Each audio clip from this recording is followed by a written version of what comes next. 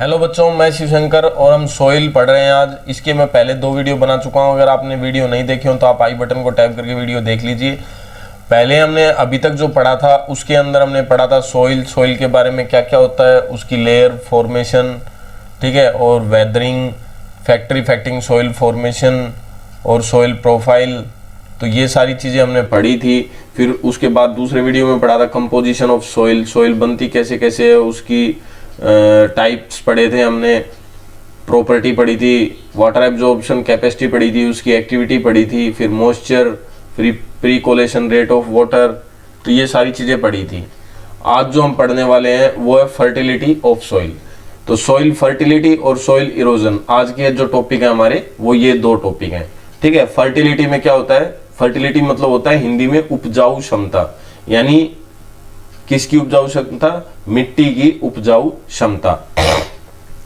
और soil erosion मतलब होता है कि जमीन की जो उपजाऊ क्षमता है वो जो कम होती जाती है, यानी बंजर बनती जाती है, वो उसके क्या क्या कारण होते हैं। तो यही 2 चीजें आज हम पढ़ेंगे डिटेल से। तो चलिए स्टार्ट करते हैं विदाउट वेस्टिंग और टाइम। फर्टिलिटी ऑफ सोइल, ठीक है। अब क्या बोल रहा है? Soil needs to be fertile. Soil को जरूरत होती है किसकी?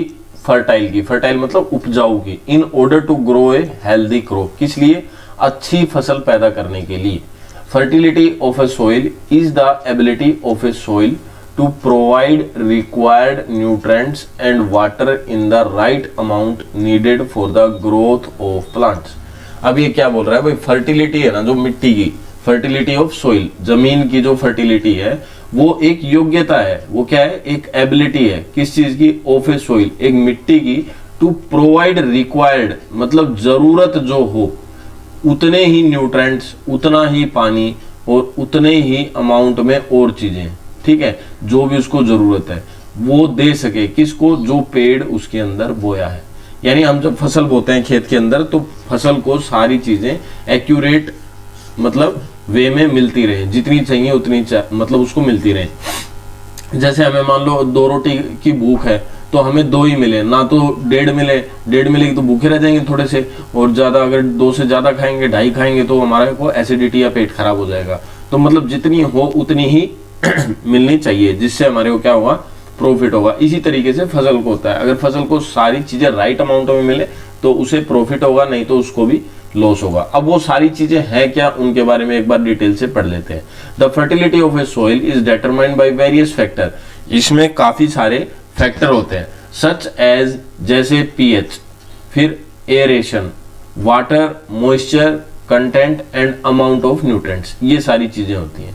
तो सबसे पहले जो है वो है हमारा पीएच। पीएच क्या होता है? देखो, पीएच आपने पहले भी पढ़ा होगा, एसिड और सॉलिड वाले चैप्टर, एसिड और बेस वाले चैप्टर में आया था पीएच वैल्यू, ठीक है, वही पीएच है ये। The pH of a soil indicate the acidity और एल्केलिनिटी ऑफ ए सोइल। अब इससे हमें क्या पता चलता है? जमीन में एसिड की क्वांटिटी ज्यादा है या अल्काइन की, ठीक है, अल्केनिटी की ज्यादा है। अब अल्केनिटी क्या होता है? बेस होते हैं, और एसिड क्या होता है? खट्टी चीजें जो एसिडिक होती है। तो ये दोनों ही चीजों की अगर ज्यादा होगी तो एक मतलब जमीन है वो अच्छी नहीं होगी। तो एक बैलेंस होना चाहिए। तो बैलेंस कितना होता है? This affect the ability of root to take up minerals from the soil. और इसी की सहायता से मतलब पीएच वैल्यू जो है उससे पता चलता है कि जमीन जो है वो जमीन की मतलब जमीन के अंदर जो पेड़ लगाया है उसकी जड़ें वहां से कितना मिनरल एब्जॉर्ब कर सकती है।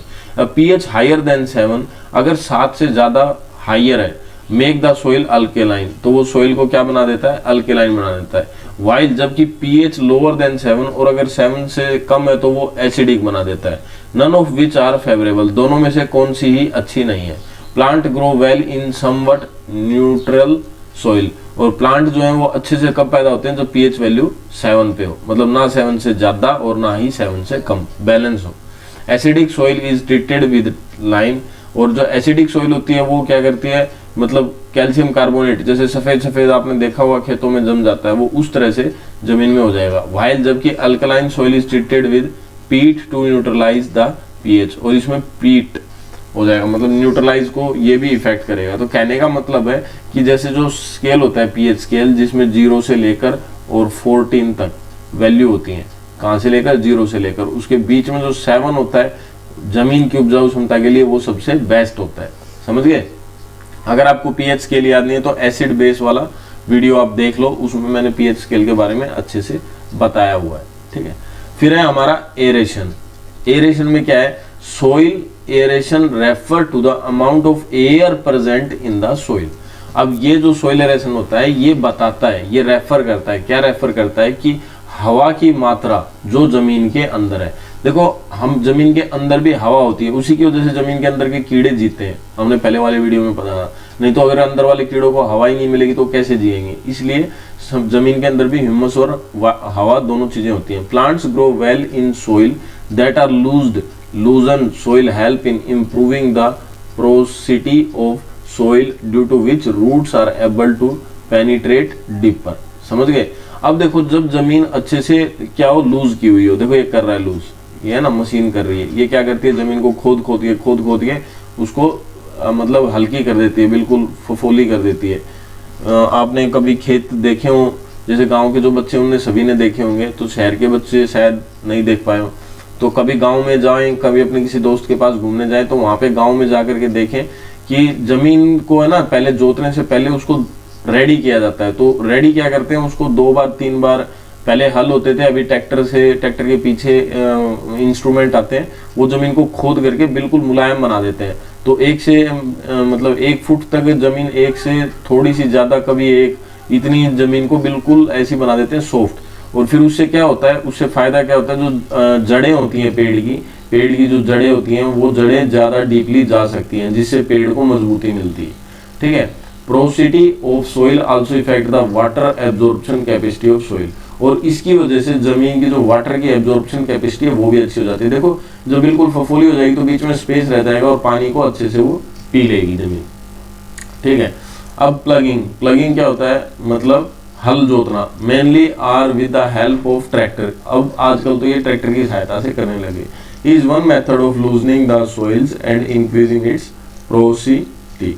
ठीक है, इसीलिए जमीन को लूजिंग मतलब ढीली बनाने के लिए उसे ट्रैक्टर से ऐसे किया जाता है, जैसे दिखा रखा, प्लगिंग लूजिंग द सोइल। ठीक है, जिससे जमीन को लूज किया जाता है।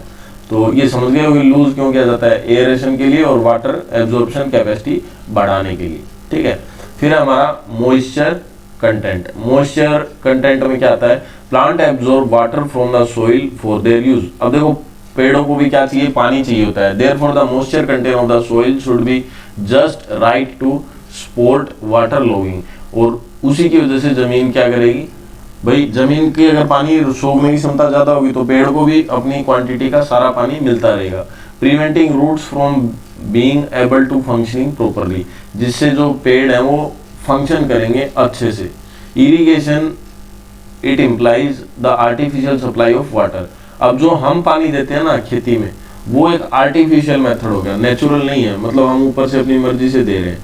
ठीक है। Can be done to increase the moisture content of the soil. वो क्या करता है, इरिगेशन से क्या होता है, मतलब जमीन की एब्जॉर्प्शन कैपेसिटी मेंटेन रहती है। कहने का मतलब क्या है, देखो भाई एक तो नेचुरल तरीके से जमीन के अंदर पानी अच्छा हो, मतलब बारिश हो गई और उसके अंदर अच्छा पानी है। ठीक है, एक तो वो मेथड होता है। और दूसरा, जैसे हम खुद पानी देते हैं, जब भाई फसलों को पानी देना ही पड़ता है, क्योंकि आज के दिन पानी का जो वो लेवल है वो जमीन के अंदर ज्यादा गहरा जाता जा रहा है और बारिश का पानी सारा वेस्ट हो जाता है। ठीक है, इस वजह से ये काम करने पड़ते हैं। फिर न्यूट्रिएंट्स में क्या है, बोल रहा है plants need certain organic material. पेड़ों को कुछ जरूरत की चीजें चाहिए होती हैं, सच एज जैसे humus, certain inorganic elements such as nitrogen, phosphorus, potassium और calcium for growth and development. पेड़ को बढ़ने के लिए इन सभी चीजों की जरूरत होती है, जैसे हमें प्रोटीन, विटामिन वगैरह की, पोटेशियम, कैल्शियम हमें भी सही चाहिए होती है, ऐसे ही पेड़ों को चाहिए होती है। Such substance are called nutrients. इनको पेड़ों का न्यूट्रिएंट्स कहा जाता है। These nutrient are present in the soil, और ये मिट्टी में होते हैं। From where they are absorbed by the root of plants, जहाँ पे ये पेड़ों की जड़ों के द्वारा एब्जॉर्ब किए जाते हैं। Plants grow well in soil. Plants जो होते हैं वो अच्छे से ग्रो करते हैं मिट्टी के अंदर। That have all nutrients in sufficient amount, जिसके अंदर सारे न्यूट्रिएंट्स क्या होते हैं, सफिशिएंट अमाउंट में होते हैं। The nutrients content of soil can be increase by adding fertilisers. अब न्यूट्रिएंट्स जो होते हैं उसके अंदर क्या क्या होते हैं, of soil can be increase, वो इंक्रीज होते हैं by adding fertilisers, fertiliser add it करके उसके अंदर, जैसे नाइट्रेट, फास्फोरस एटसेट्रा और मैन्योर। ठीक है। अब देखो भाई, ये यहाँ पे न्यूट्रेंट्स है ना, इसके लिए लैब बनी हुई है, आप अपनी मिट्टी को लैब में चेक कराएं और फिर उसी के हिसाब से न्यूट्रेंट्स डालें। लेकिन वो न्यूट्रेंट्स क्या होते हैं, आर्टिफिशियल होते हैं। तो आर्टिफिशियल न्यूट्रेंट्स ना डाल करके खेत के अंदर गोबर की खाद डालनी चाहिए। गोबर की खाद कैसे, जहाँ पर भी अगर आपने आपके खुद के जानवर है तो आपने गोबर की खाद इकट्ठी कर रखी होगी, और अगर आपके पास जानवर नहीं है तो आप किसी भी गौशाला से वहां से गोबर की खाद खरीद सकते हैं और उसको अपने खेतों में डलवा सकते हैं, जिससे बहुत ज़्यादा फायदा होगा खेत की फसल को, ठीक है। और वो एक नेचुरल तरीका भी होगा और उसके अंदर सारी चीज़ें मौजूद होती है। तो ये तो था हमारा सॉइल न्यूट्रिशन। न्यूट्रिशन में समझ गए होगे, मतलब सॉइल की जो फर्टिलिटी है उसकी कैपेसिटी बढ़ाना। अब पढ़ रहे हैं हम सॉइल इरोजन। सॉइल इरोजन में क्या होता है भाई, कम क्यों हो जाती है और उसके क्या कारण है। Some time the fertile top soil get washed. अब देखो टॉप सॉइल का क्या मतलब हो गया, जैसे हमने जो पढ़ा था, सॉइल के ऊपर की जो लेयर होती है, बिल्कुल ऊपर की, ठीक है, ये वाली, इसको टॉप सॉइल बोलते हैं। ये धो जाती है कई बार अवे बाय विंड और वाटर, किससे, हवा और पानी से। कई बार तो हवा उड़ा उड़ा के ले जाती है इसको जोर से, ठीक है, कई बार पानी बहा के ले जाता है, ठीक है, इस वजह से ये चली जाती है। तो depleting the soil of nutrients, इसके साथ ही मिट्टी के क्या होते हैं, न्यूट्रिएंट्स भी बह के चले जाते हैं। The left over soil contain insufficient nutrients, और जो बची हुई मिट्टी है उसके अंदर काफी मात्रा में न्यूट्रिएंट्स होते नहीं है। And is unfit for growing plants, और ये पेड़ बोने के लिए फिट नहीं होती है। The loss of top soil caused by running water and action of wind is called soil erosion. और जो ये हवा और पानी जो ऊपर की सतह को बहा करके ले जाते हैं मिट्टी की को, इसको हम सॉइल इरोजन बोलते हैं। इसके मुख्य कारण क्या क्या है सॉइल इरोजन के, वो हम पढ़ते हैं। देखो केजेस ऑफ सॉइल इरोजन। केजेस मतलब होता है कारण। सबसे पहला है डिफोरेस्टेशन। डिफोरेस्टेशन मतलब जंगलों को काट देना। फिर है ओवर ग्रेजिंग, बहुत ज्यादा घास का चर जाना जानवरों के द्वारा। फ्लड एंड हैवी रेनफॉल, बहुत ज्यादा बाढ़ या बहुत ज्यादा बारिश आना। और इम्प्रॉपर फार्मिंग, और फार्मिंग मतलब खेती बाड़ी अच्छे से नहीं करना, ये कारण होते हैं। तो देखो डिफोरेस्टेशन में क्या है, the removal of tree on a large scale is known as a deforestation. पेड़ों को बड़ी क्वांटिटी में काट देना डिफोरेस्टेशन होता है। व्हेन ट्रीज आर रिमूव्ड, जब पेड़ों को रिमूव किया जाता है, the soil is left barren and can be easily carried away by running water and wind. This causes rapid soil erosion, इसकी वजह से रैपिड सोइल इरोजन होता है। समझ गए, ये क्या कहना चाह रहा है, जब हम पेड़ों को काटते हैं तो वो जमीन को पकड़ नहीं पाते, और जमीन को पकड़ नहीं पाते तो फिर क्या होता है, वहां से हवा भी बहती है अच्छे से और पानी भी बहता है जो जमीन की ऊपरी सतह को ले जाता है। तो इसलिए डिफोरेस्टेशन अगर आप कर रहे हो, असल तो हमें करना ही नहीं चाहिए, हमारा कोई हक नहीं है किसी को मारने का, हम पेड़ों को काटते हैं। लेकिन फिर भी अगर आपको जरूरत है और आप डिफोरेस्टेशन कर रहे हैं, तो आप एक पेड़ काटते हैं तो आपको कम से कम उसके इक्वल 5 पेड़ लगाने चाहिए। समझ गए, 5 पेड़ लगाने चाहिए, क्योंकि 5 छोटे पेड़ लगाओगे और वो उस जितना बनेगा तो उसको टाइम लगेगा। समझ गए, तो इस तरीके से करना चाहिए। तो ये अपने लिए भी प्रॉफिटेबल है और आगे आने वाले समय के लिए भी, क्योंकि ऐसा माना जा रहा है कि आने वाले समय में इतनी गर्मी हो जाएगी कि काम सबको रात को करना पड़ेगा, और पेड़ ही गर्मी को एब्जॉर्ब कर सकते हैं, नहीं तो और कोई रास्ता नहीं है जो पेड़ हमारी जमीन की गर्मी को कोई चीज खत्म कर दे। When animal graze on a piece of land, जब जानवर ग्रेज मतलब चरते हैं, पीस ऑफ लैंड किसी जमीन के टुकड़े को, अगेन एंड अगेन, बार बार, the vegetation over that lands get removed very quickly. तो जो वेजिटेशन होता है यानी जो फसल जो वहां पे बोई जाती है बार बार, this land is left barren and exposed to wind and water which is caused erosion. तो देखो जब वो बार बार चर जाएंगे तो वो जमीन दिखती रहेगी तो क्या होगा, हवा और पानी उसको उड़ा ले जाएंगे। वही रीजन है, ठीक है। लेकिन ओवर ग्रेजिंग इतना कोई इफेक्ट नहीं डालता, क्योंकि जब जानवर को कुछ खाने को नहीं मिलता तो वो बार बार वहीं पे खाता है। लेकिन जब वो खाता है तो वो गोबर वगैरह करता है, जिससे जमीन को क्या मिलती है, उपजाऊ क्षमता उसकी बढ़ती है, गोबर से खाद बन जाती है। फूड्स एंड हैवी रेनफॉल, अब फ्लड यानी बाढ़ और बहुत ज्यादा बारिश। तो बाढ़ और बारिश से भी आपको पता चल गया होगा, इससे भी क्या होता है, धू जाता है ऊपर की जमीन के ऊपर की जो है, बारिश बहुत ज्यादा होती है तो ऊपर से मिट्टी को बहा ले जाती है पानी को, ठीक है। और जो ये होता है क्या नाम है, बारिश के बाद क्या होता है, रेनफॉल और बाढ़ दोनों ही वही एक ही सेम चीज है, टॉप सॉइल को ऊपर से उठा दे। फिर इम्प्रॉपर फार्मिंग में क्या होता है भाई, प्रैक्टिस स्पेशली ऑन हिल, ये पहाड़ों में की जाती है। Make it easy for wind and water to erode soil, और यहाँ पे बारिश की वजह से आसानी से जमीन की उपजाऊ क्षमता खत्म हो जाती है। समझ रहे हो? यानी जैसे बारिश होती है तो बारिश होते ही क्या होगा, वो ऊपर ऊपर की मिट्टी की तह को बहा करके नीचे गर्त में ले जाएगी। समझ गए? तो ये इम्प्रॉपर फार्मिंग होती है पहाड़ी एरिया में। तो ये तो थे कारण किसके? सोइल इरोजन के। भाई किस वजह से होती है? अब प्रिवेंशन ऑफ सोइल इरोजन, अब हम इसे रोक कैसे कैसे सकते हैं, उसके क्या क्या कारण है? तो देखो, if proper measure are not taken soil can get eroded very fastly, it may take a very long time to replenish the lost soil. देखो ये बहुत जल्दी से जो है सोइल इरोजन हो जाती है, लेकिन इसको रिप्लेनिश करने के लिए, मतलब वापस वैसी की वैसी सिचुएशन में लाने के लिए लंबा टाइम लग जाता है। कहने का मतलब चीजें बिगाड़ना बहुत आसान होता है, लेकिन चीजों को सुधारने में समय लग जाता है। तो क्या करना पड़ेगा? Prevention and reduction in the rate of soil erosion is called soil conversion. अब देखो, अगर हम रोक रहे हैं क्या होने को?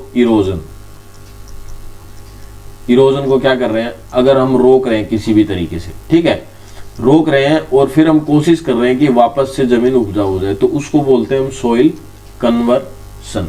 ठीक है, following are the some measures that help in soil conversion. बोला कुछ चीजें हैं जो सोइल को, मतलब जमीन को वापस से उपजाऊ बनाने में सहायक होती हैं। जैसे एफोरेस्टेशन और the planting of tree is large number prevent soil from being washed away. Grasses and herbs can also be planted to cover large area of loosen soils. ये बोला छोटी झाड़ियां भी बहुत सहायता करती हैं पेड़ों को, मतलब जमीन को उपजाऊ बनाने में। तो क्या करना चाहिए? ज्यादा से ज्यादा पेड़ लगाने चाहिए। Overgrazing by animals should be avoided. Animals should be moved to a different area for grazing after some time. This gives ample time for the grasses and herbs to grow back. अब ये क्या बोल रहा है? देखो भाई, हमारे पुराने समय में क्या करते थे लोग? जानवरों को दूर दूर तक चरा करके लाते थे, ठीक है, ग्रेजिंग करवा के लाते थे। तो वो बेस्ट तरीका था। मतलब ये बोल रहा है कि एक ही जगह पे जानवरों को बार बार चराने की बजाय हम उसे दूसरी जगह पे घुमा के लाएं और दूसरे एरिया में चरा के लाएं, जिससे क्या हो, फसल अच्छी होगी और एक ही जमीन को कोई नुकसान नहीं होगा। Floods can be controlled to a large extent by building dams. Mud walls should be constructed around hilly slopes और filled to prevent water from flowing and taking away the top soil with it. अब ये क्या बोल रहा है? बाढ़ है उनको कंट्रोल किया जा सकता है, ठीक है। कैसे? एक तो डैम वैम बना के, भाई जहाँ से ज्यादा पानी आता है जिन नदियों को, उनकी दीवारें थोड़ी और ऊंची करवाई जाए। बिल्डिंग है बना, मतलब डैम बना करके, तो डैम से भी पानी को रोका जा सकता है। और अपने छोटे छोटे खेतों के लिए कीचड़ की दीवारें बना के, जो हम कस्सी से, हाथ से या किसी फावड़े की सहायता से खेत के चारों तरफ हम क्या बना देते हैं? बाड़ बना देते हैं। तो उससे भी काफी फर्क होता है हमारे खेत की उपजाऊ क्षमता रुकने के लिए। फिर है tracking farming is method of which the slope of mountains are converted into step like structures called terraces on which crops are grown.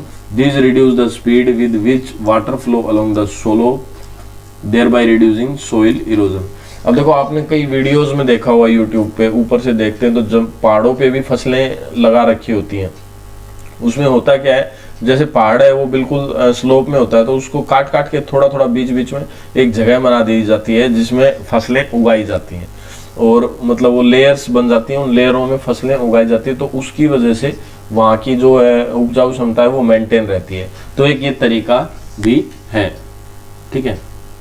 फिर है सोइल पोल्यूशन। फिर जमीन जो है वो पोल्यूट कैसे हो जाती है, ठीक है, उसके बारे में पढ़ते हैं। Just like air and water, जैसे हवा और पानी, soil is also valuable natural resource, it can get polluted in many way. तो ये भी जमीन को काफी तरीके से पोल्यूट करती है। The main source of soil pollution are, अब सोइल को, मिट्टी को पोल्यूशन करने के लिए मेन क्या क्या चीजें होती है? देखो, जैसे हवा और पानी है वो भी पोल्यूट होती है। हवा कैसे होती है भाई? प्रदूषण होता है, जो भी हम छोड़ते हैं फालतू की चीजें, जैसे कार्बन डाइऑक्साइड छोड़ रहे हैं, मोनोऑक्साइड छोड़ रहे हैं, कंपनियां बड़ी बड़ी कुछ छोड़ रही हैं, गाड़ियां स्टार्ट हो रही हैं तो उनके मतलब पीछे से कुछ निकल रहा है, तो ऐसे हवा में हम पता नहीं क्या क्या छोड़े जा रहे हैं, तो उससे क्या होता है? एयर पोल्यूट होती है। फिर वाटर पोल्यूशन, वाटर यानी पानी, पीने के पानी के अंदर हम कुछ कुछ डालते रहते हैं, उससे वाटर पोल्यूशन होता है। तो इसी तरीके से जमीन भी पोल्यूट होती है। जमीन कैसे होती है? जमीन में बोल रहा है dumping of chemicals from factories, mines and industries. अब किसी भी कंपनी जो है वो केमिकल डालती है जब जमीन के अंदर, तो उसकी वजह से जमीन क्या होती है, केमिकल की वजह से वो मतलब जमीन की जो उपजाऊ शक्ति है वो कम हो जाती है। Accumulation and improper dumping of garbage and sewage waste on land. अब जो सीवेज है, ठीक है, जो भी मतलब गटर का पानी है वो सारा जो जमीन के अंदर जाएगा तो वो भी जमीन को खराब करता जाता है। Excessive use of pesticide and fertilisers, ज्यादा यूज किसका, मतलब दवाइयों का, जो जमीन से क्या मारती हैं, कीटाणुओं को मारती हैं, और या ज्यादा फर्टिलाइजर्स का यूज करने से, फर्टिलाइजर क्या होता है जो जमीन की उपजाऊ क्षमता बढ़ाते हैं, इन चीजों को ज्यादा यूज करने से भी जमीन की फर्टिलिटी खत्म होती है। Accumulation of waste such as plastics and metals, मतलब इस तरह का वेस्ट ज्यादा डालना, जैसे प्लास्टिक है और मेटल्स है, इनको जमीन के अंदर ज्यादा डालना जिससे और नुकसान होता है। Which do not decompose easily, जो डीकम्पोज नहीं होते और जमीन में लंबे समय तक पड़े रहते हैं। फिर आ गया कंट्रोलिंग सोइल पोल्यूशन, तो इसको कैसे हम रोक सकते हैं। तो देखो कारण पता चल गया तो रोकने का भी तरीका तो पता चल ही जाता है। तो देखो कुछ नेसेसरी स्टेप्स हैं जो ये बता रहा है। Garbage should be properly treated before being dispose, जब हम कचरे को फेंकते हैं तो उससे पहले ही उसको थोड़ा ध्यान से देखा जाए। सॉलिड वेस्ट सच एज बोतल, plastic and metal atom should be recycled. अब जो प्लास्टिक का आइटम है उसको रिसाइकल के लिए भेजना चाहिए, मतलब उसको ऐसे ही डालना नहीं चाहिए कहीं भी, रिसाइकल के लिए भेजना चाहिए। Organic waste from agriculture and household should be composted to make manure.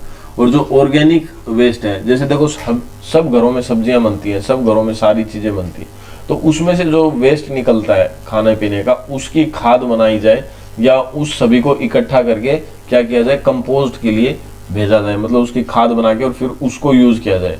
We should try to use organic fertilisers and pesticides then chemical one. ठीक है, तो इनसे क्या हुआ, एक मतलब केमिकल बनेगा एक तरीके से।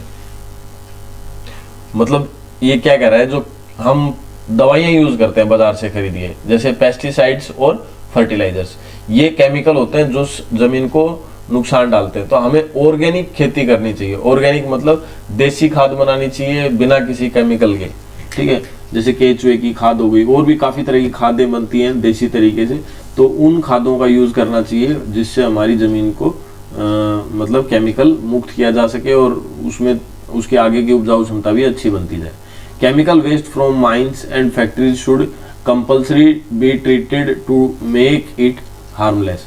अब केमिकल जो वेस्ट होते हैं हमारी माइंड से या फैक्ट्री से, शुड बी कंपल्सरी, ये जरूरी है कि वो ट्रीट करें, टू मेक इट हार्मलेस, कि वो हार्मलेस हो। They should then be dispose of properly, ताकि उनका डिस्पोज हो सके एक अच्छे तरीके से। अब देखो इसका मतलब क्या हुआ भाई, ये बोल रहा है कि जो केमिकल जमीन से निकल रहे हैं वो क्या हो, वो किस चीज से बनते हैं, वो भाई जो हम दवाइयां डालते हैं उनकी वजह से बनते हैं। तो वो दवाइयां कितना नुकसान करती होंगी। देखो आज जितनी भी बीमारियां हैं ना, ये सारी इनका मुख्य कारण वही है, जो फसलों में दवाइयां यूज हो रही हैं। अगर आप उनको कंट्रोल कर लो तो आदमियों की बीमारी भी कंट्रोल हो जाएगी। तो आप अगर प्रण करते हो कि भाई हम हमारी जमीन में दवाइयों का यूज नहीं करेंगे, तो समझ लो आपने बहुत सारे आदमियों को बीमार होने से बचा लिया और खुद को भी बचा लिया। तो ये तरीके हैं, बहुत सारी छोटी छोटी चीजें हैं, बुक में ज्यादा दिया हुआ नहीं होता। तो अगर हम इन चीजों को डीपली देखें तो बहुत सारी चीजें ऐसी निकल के आएंगी जो करनी चाहिए हमें। ठीक है, फिर कीवर्ड्स हैं, आपको ये कीवर्ड याद करने हैं, एग्जाम में बहुत इंपॉर्टेंट है और वैसे भी लाइफ में भी बहुत इंपॉर्टेंट है ये चीजें। ठीक है, क्योंकि हमारे को बहुत इफेक्ट करने वाली है आगे आने वाले नियर फ्यूचर में। तो जमीन की उपजाऊ क्षमता अच्छी रहेगी तो हमें भी फायदा होगा। अगर आपने लेसन अच्छे से नहीं पढ़ा तो आप समरी को रिवाइज कर सकते हैं और फिर आगे इसके चैप्टर के क्वेश्चन आंसर्स। तो आशा करता हूँ वीडियो आपको पसंद आया होगा। अगर वीडियो पसंद आया तो शेयर करें अपने दोस्तों के साथ, सब्सक्राइब करें हमारा YouTube channel Diksha academy. Thank you friends.